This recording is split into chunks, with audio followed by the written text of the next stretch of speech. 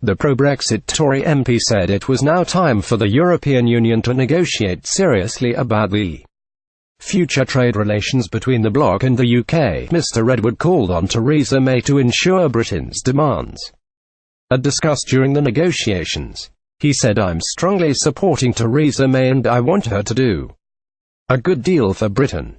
But I think Britain has fallen over backwards to be generous, pleasant, friendly. To respond to the EU agenda, not ours." BBC Getty Brexit News. John Redwood said the PM need to be.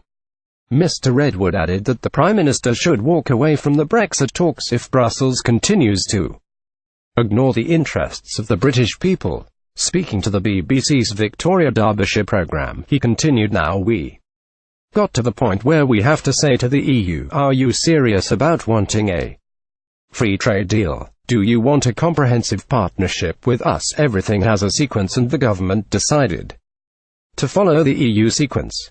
The EU has discussed all things they wanted to discuss.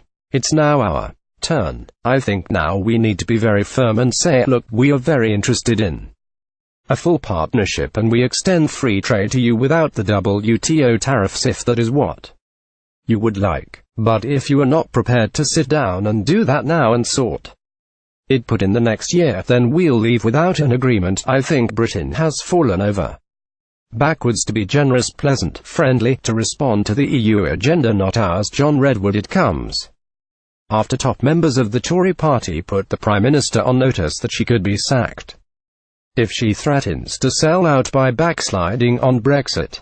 Brexit campaigners Theresa Villiers, the former Northern Ireland Secretary, and Jacob Rees-Mogg, who is seen as a potential future leader, both pleaded with Mrs May to stick to the strategy to leave the European Union she presented during her Florence speech last year. Mrs Villiers said, "I don't think she wants to backslide, but she is under huge sustained pressure to reverse the result of the referendum. I want to ensure the case for a real Brexit is made." Mr Rees-Mogg, chairman of the influential European Research Group of Conservatives, said Ms Villiers was right to be concerned. He feared Britain would be kept a vassal state in transition with all the obligations of EU membership but no power.